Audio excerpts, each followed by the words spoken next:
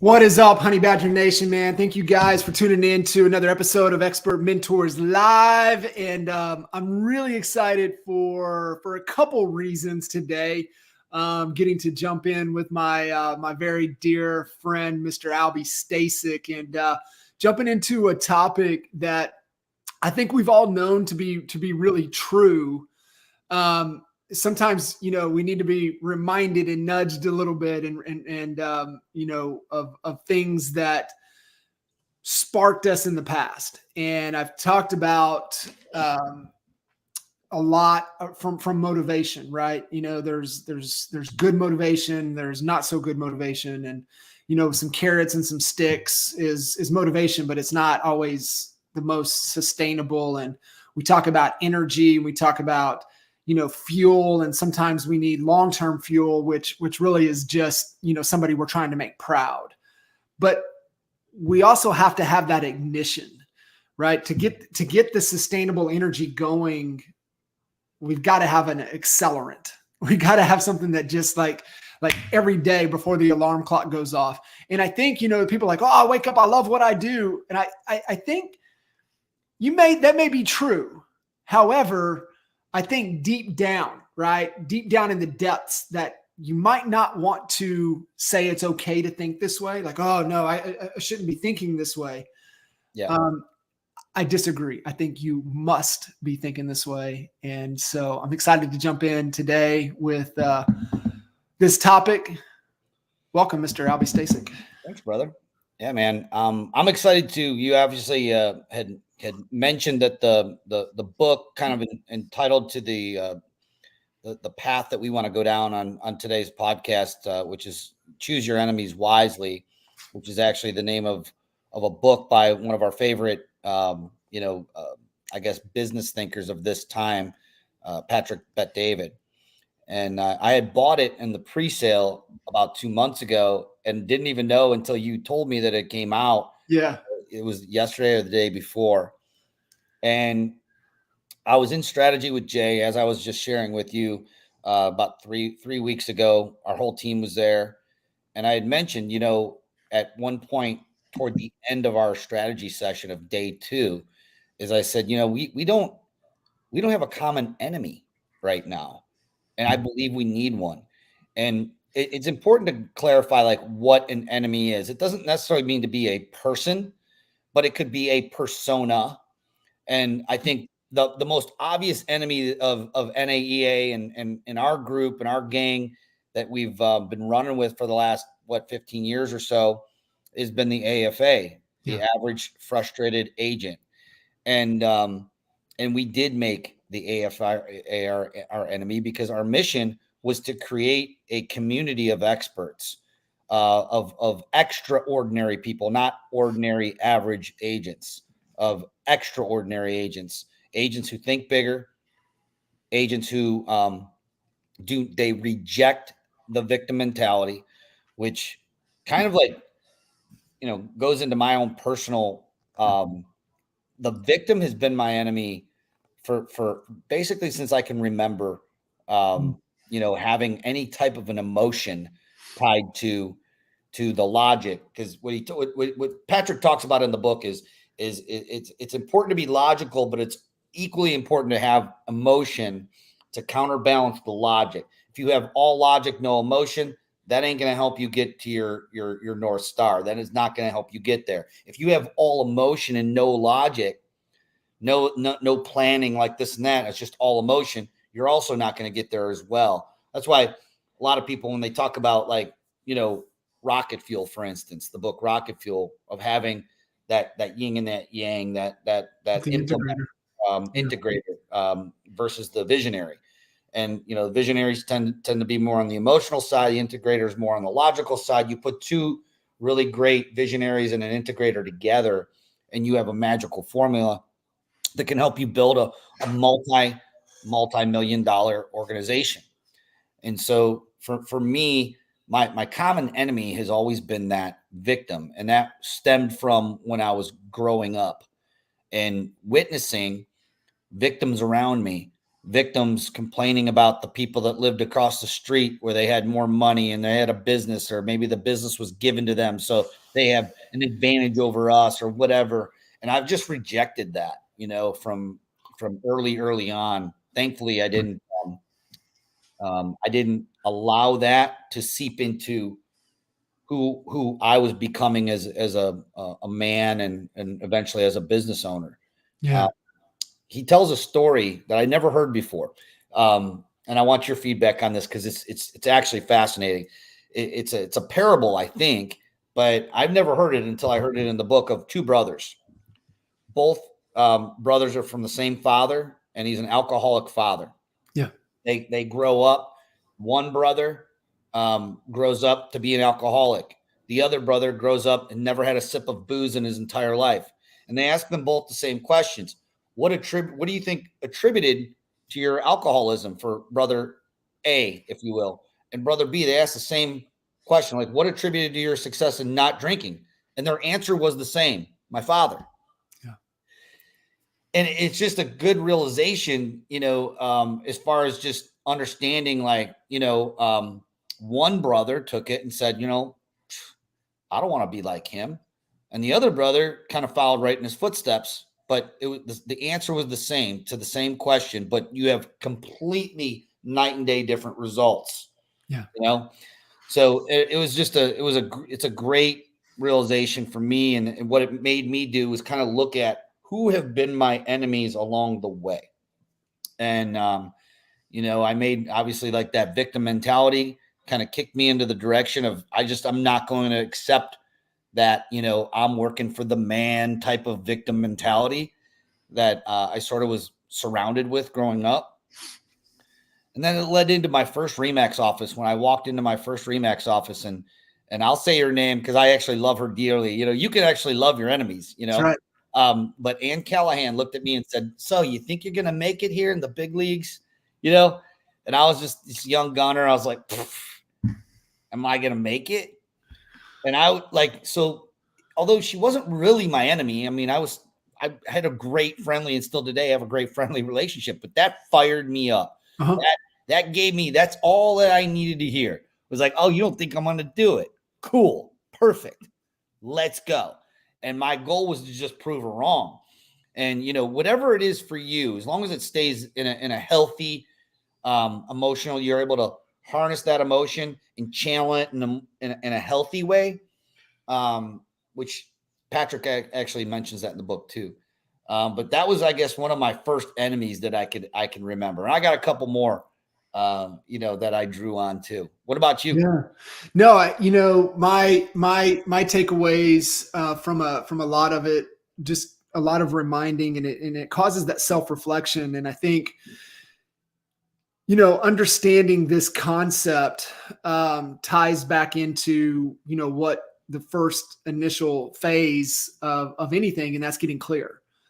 And because what it forces you to do is it forces you to kind of look in the mirror and really start to look at, what are my strengths? What are my weaknesses? Opportunities, threats.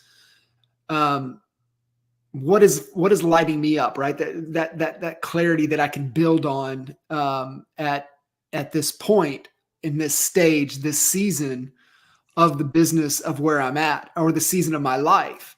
And I love what you were saying, initially that led you, you fought, that enemy was being a victim. And then this is, then the other part was, like you said, with RE/MAX, right? So you have those evolutions. And I loved how Patrick, and I don't know if he says it in this or, his first book, your next 5 moves, where he talks about playing chess instead of checkers, which is the game that we're all playing. And he talks about the human needs, right? Hierarchy of needs. And this is, I think I talked to you about this offline, was, you have survival. And so you've got an enemy to get through survival. And then you get into status. And then you've got an enemy to get you out of status, which gets you to freedom. And that's the reason truly why we have a business, is to get us to freedom. But then from freedom, then what? And I think this is what I shared with you, is like, well, what's the enemy to get you to legacy? because you can just play freedom for the rest of your life. But I think you're going to get bored. I think you're going to get complacent and you're going to stop evolving. And that's where we fall victim to circumstance, is when we fall into, the evolutionary cycle of where we're not evolving.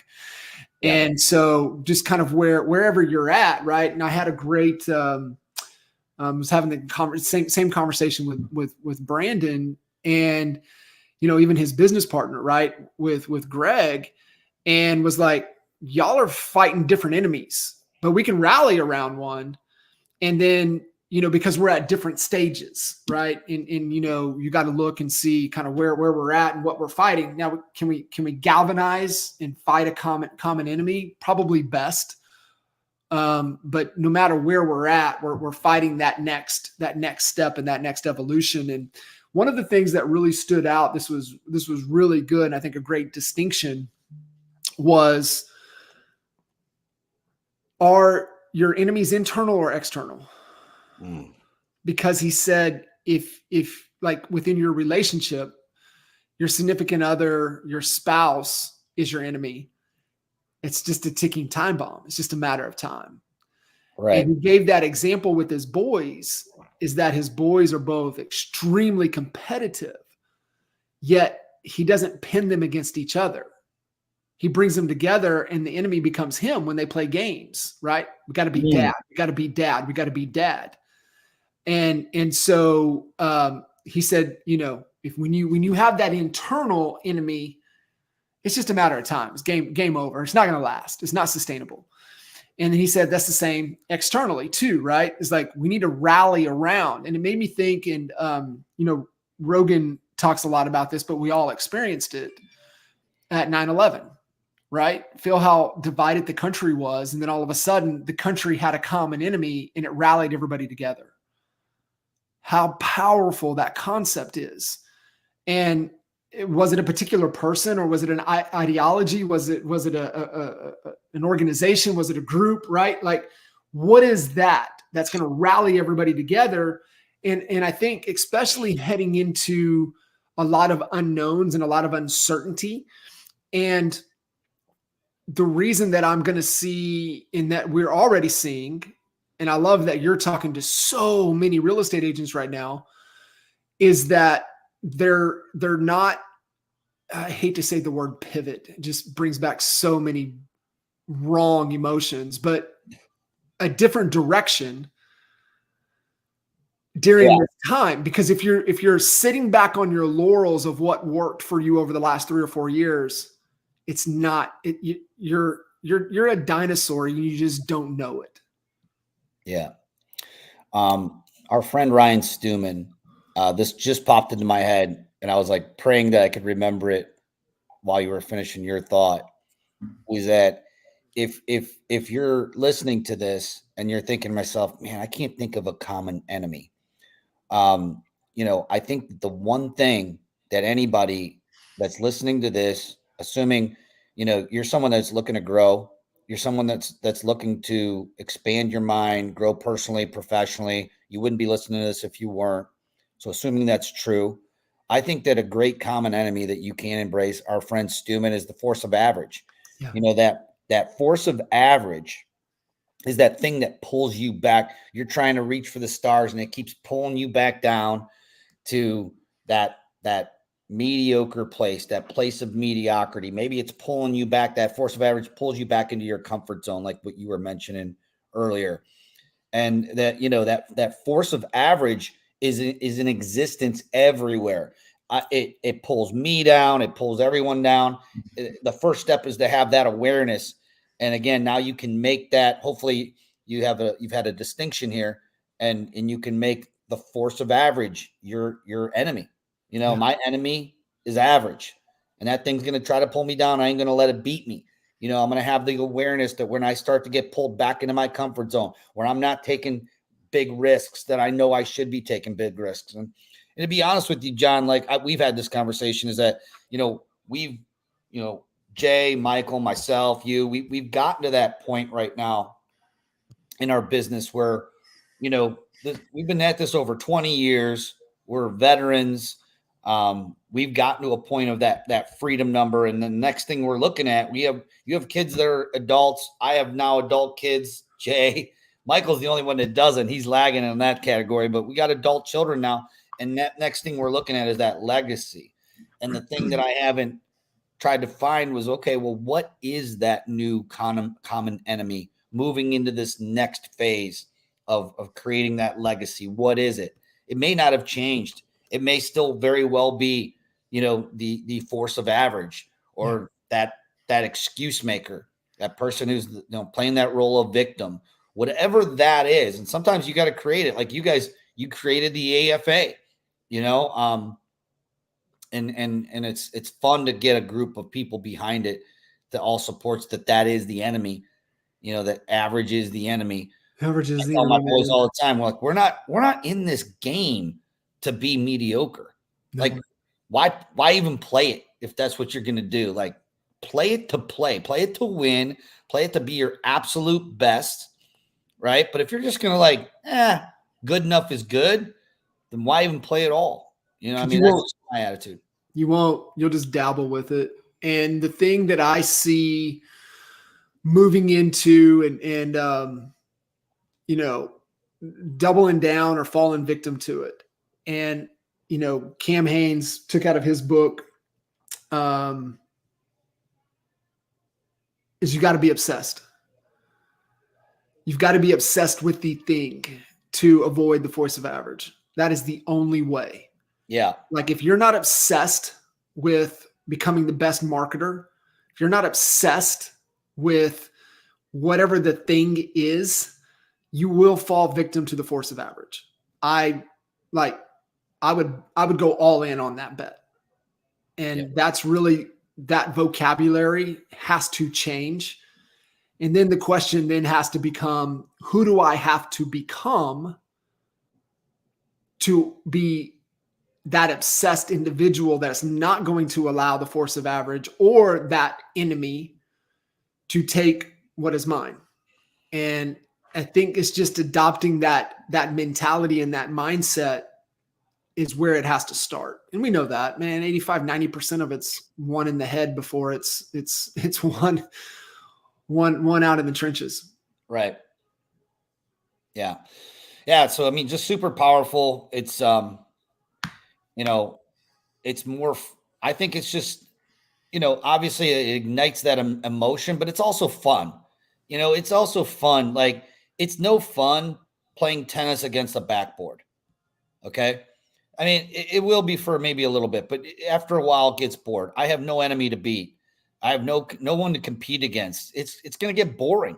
That's why I've never, personally, nothing against anyone listening to this that likes to play solitaire or those types of games, but I've never gotten behind them because I need someone to compete against, and sometimes it's myself. Sometimes I've said that in the past, like I'm competing against myself. Okay, fine. Yeah, I get that. We have to beat the voice in our head that tells us when we don't want to go to the gym, or sit down and make an 90-minute call block of calls when we don't want to do it. Yeah, we got to beat that person, that little voice in our head that's telling us not to. I get that. But having a true common enemy, to your cause, something that you just in your soul, you just don't believe, like you have, vastly different. And for me, it's that victim mentality. It bothers me in my core.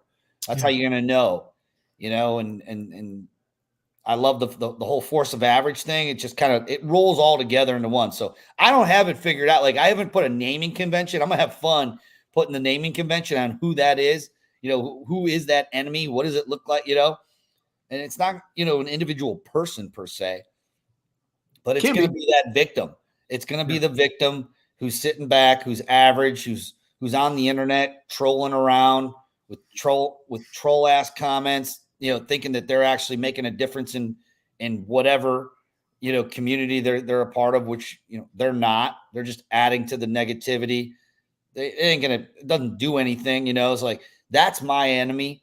I just kind of have to really hone it in and give it a fun name. So to be continued on that. Yeah. And I love, obviously he studied Brady, to the T. Oh yeah.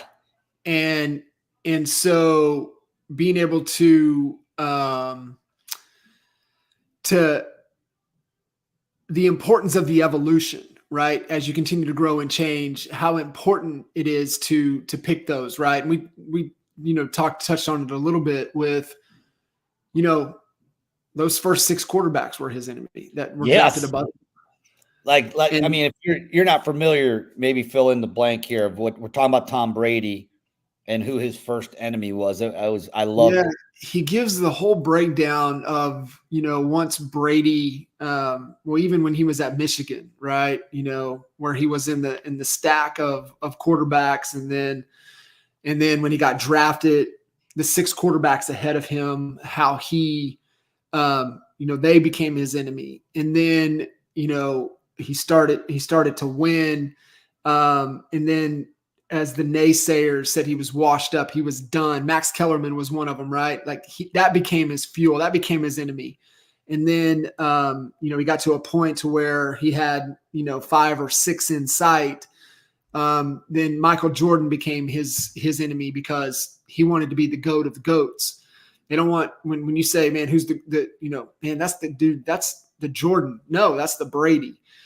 And then it was then when he went to Tampa, right, he had to pick a whole new enemy, which was Belichick in the Patriot organization. He was like, I want to prove to you that I can win without you. And it was like Kobe was the same way, right? Like Kobe was like, I want to win without Shaq. Shaq became his enemy. Right. It's that chip on your shoulder. A lot of people look at that and say, man, that guy's got a chip on his shoulder. And it's not always a negative, bad thing. As long as you're able to have an awareness, keep it healthy, not let it go to dark places, which I'm guilty of it doing myself. I'm guilty, so guilty. I mean, I remember, dude, just like last week, I was in the middle of this hockey game, and this idiot knocked me. He actually did knock me down. We were fighting for the puck. I kind of went down on my knees. His stick got stuck in the middle of this. He started a fight with me, And I'm like, it's an adult hockey league, right? And my fighting days are over. I'll still fight, So I started defending myself. I'm literally the smallest guy on my team. Big shocker. And so one of my teammates came up and was like, excuse me. And, then that became the fight, and we got penalties and everything like that. And I could not stop even on the way home. We won the game. And on the way home, I was thinking, man, I should have just jacked that dude. I could not get that negativity out of my brain, because I was like, oh man, if I ever see him again, I'm gonna give him one of these. And but don't let it go there. I had the awareness. I was thinking to myself, what, man, you can't shake this, whatever. But the awareness and being able to harness it in a healthy way is going to be key. Because if not, it could work against you. You start making decisions the wrong way based purely off of the emotion. And that's not healthy either. It's got to be that balance. Yeah. And just to fill you guys in, listening, may tuned in a little late or whatever, we're talking about Patrick Bet-David's new book, Choose Your Enemies Wisely. And really it's a business planning book is what it is. He gives 12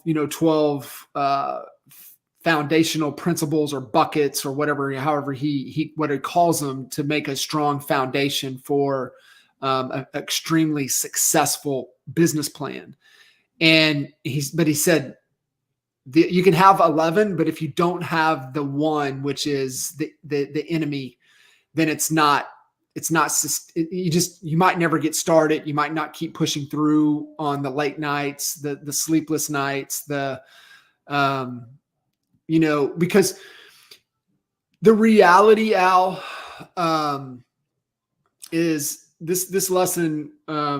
Funny, man. I was sharing this lesson with, I was on a coaching call with Durbin a little bit ago, and he was sharing a story about somebody that had to write a significant check for a loss a couple months ago, and just made me always fall back to the lesson that was given to us kind of towards the end of high school, right? Maybe right in the summer between high school and college.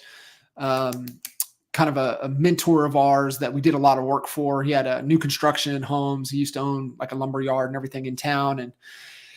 And one of those tailgate beer drinking moment, listening to the wise old man, just spit wisdom at us. And he said, boys, I'm going to tell you one thing. Doesn't matter.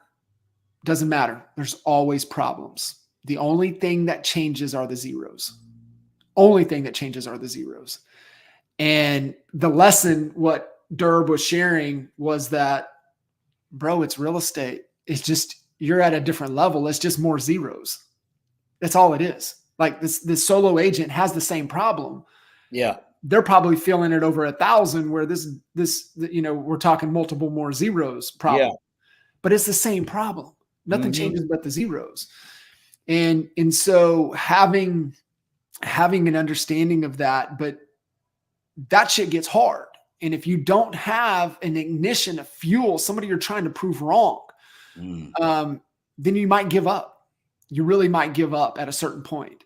But it's like, you're going to let that dude win. You're going to let them, you're going to give them that satisfaction that, you folded up shop. I knew they wouldn't make it. You're going to give them that. You're going to let them have that. Yeah. So I think it's so important. And I know I've always had it, but I think, like you said, sometimes we get to that next level and we defeated that enemy. But this also comes back to vision. It's the same thing, right? Without a vision, the village will perish.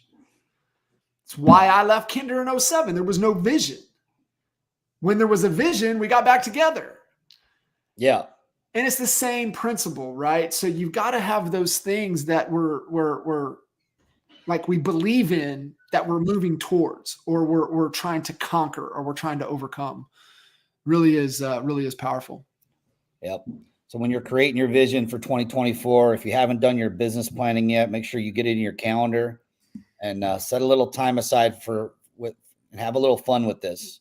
Create who that common enemy is going to be, build off of it, ask your team to contribute to it. Like I said, have fun with it. We certainly did when it came to the AFA. We have some really memorable things that we put together. Why do you know kind of truly or fully why it became the AFA as the enemy? Jay just told me the story, and you probably know the details of it more. He saw something that was something else, and you took that and turned it into the average frustrated agent. Yeah. So but I don't remember the details. Yeah, I'll bring you back into the mastermind rooms and really what a couple things that I think we all agreed upon was that and this went from our lesson of competing with we were always number two. We were always number two in the market. We were a top 10 Caldwell Banker team on the planet, top 10. But yet we went head to head with the top 10 Remax team on the planet every day. And they always did about 100 transactions more than us. Always, no matter what we did. Yeah. The year we did 530, they did like 670. But every year they were always about 100 ahead of us. And in a market that only has about 3,000 total sides per year. So y'all do the math on the market share. And we would sit back and it's like, we weren't concerned about them because they were our competition. And this is what Patrick talks about, the difference, right? Logically, competition. Now, did we hate them? Did we want to stomp their throats? Did we want to like choke them out? Every day. That was fuel for us. So they were an enemy. But one of the things that we all talked about that we were really concerned, more so concerned about, and as we see as the industry, what's happened over the last decade within the industry, who is the real threat? Who's the real threat within the residential real estate sales industry? Who's the real threat? It's the unqualified. It's like you can get your license out of a Cracker Jack box that's not getting trained, that doesn't know contract, that's not acting in the best interest of the buyer or seller, that has no damn clue. The average agent was the real threat. Mm-hmm. And we knew as we went with NAEA, National Association of Expert Advisors, that we had to draw a line in the sand. You're either with the dinosaurs or you become an expert that can withstand any season that this market's going to throw at us over the next 20, 30 years or whatever happens, right? And so that's where the line in the sand really came from, was like, we've got to pick a fight with these average. Yeah, that was it. It's not NAAA, average, National Association of Average Agents. It's expert advisors. And, that's another way of defining your enemy. First define what you stand for. What are you about in your business? Are you considering yourself an absolute expert? Are you acting as if you're an expert and actually being the expert? We say you can't be an expert without actually being an expert. So have you done the work? Have you done the homework? Have you done the research? Are you the ultimate expert? And if not, then the good news is we have all the coaching and the training to help you get there, but you got to get your toe out of the water and go all in on it. And that's what we did. We went all in on expert advisor. That's who we identified as an expert, not as a sales agent. And when you can figure out your identity moving forward as the professional how you want to run your business, it's a little easier on identifying who the enemy of that is. And it kind of made a ton of sense to label the AFA. Maybe that is it, and it still is, I suppose. Moving into when a market is flowing and it's so hot that you can just list something, take pictures with your iPhones, throw it in the MLS, and it's going to sell with 17 offers. You actually don't have to be good to get the house sold. But where we're at right now with the market that's shifted, where agents are struggling and homes just aren't flying off the market in certain markets. Sure, there's still strong markets, but not as strong as it was 24 months ago. Now you actually have to have skills. Now you actually have to be an expert, not just say you're an expert. And that's why we see people dropping out 80, but the 80% of the agents that have left EXP just this year, they've done between 1 and 0 transactions. Mm-hmm. 0 or 1 that's it. 80%. So we're seeing the AFAs leave in the droves right now, which is a good thing. And instead of panicking, you should be smiling if you're an expert. You should be excited if you have the entrepreneurial spirit and you're a student of the marketing game. You should be smiling right now, because there's a ton of those agents, and they do take up those onesie twosies. They take up market share. When you add it all up, it adds up to a chunk of market share, and now all that's yours if you choose to take it. If you choose to get after it and look at this as an opportunity. Yeah, you look back at those that are the most strategic, the ones that have not lost sight of a vision, that understand where there's opportunity, that have a model, have a process, have a desire, are disciplined. They're going to trust the process and they're going to work hard. Will separate. My goodness, you talk about separation season and the separation that we're about to see and experience. Like, you can just separate off of effort, but then you start to become, like you said, skilled, and you find a process that you trust, a blueprint of those that have crushed it before. Game, like, what do you want to do? like we can do anything. And so it's exciting. It really is exciting to see those that are committed, those that are doubling down and not going to fall victim to whatever circumstance they believe to be true. Yeah. Yeah. You can get decently far in this business just off of pure effort.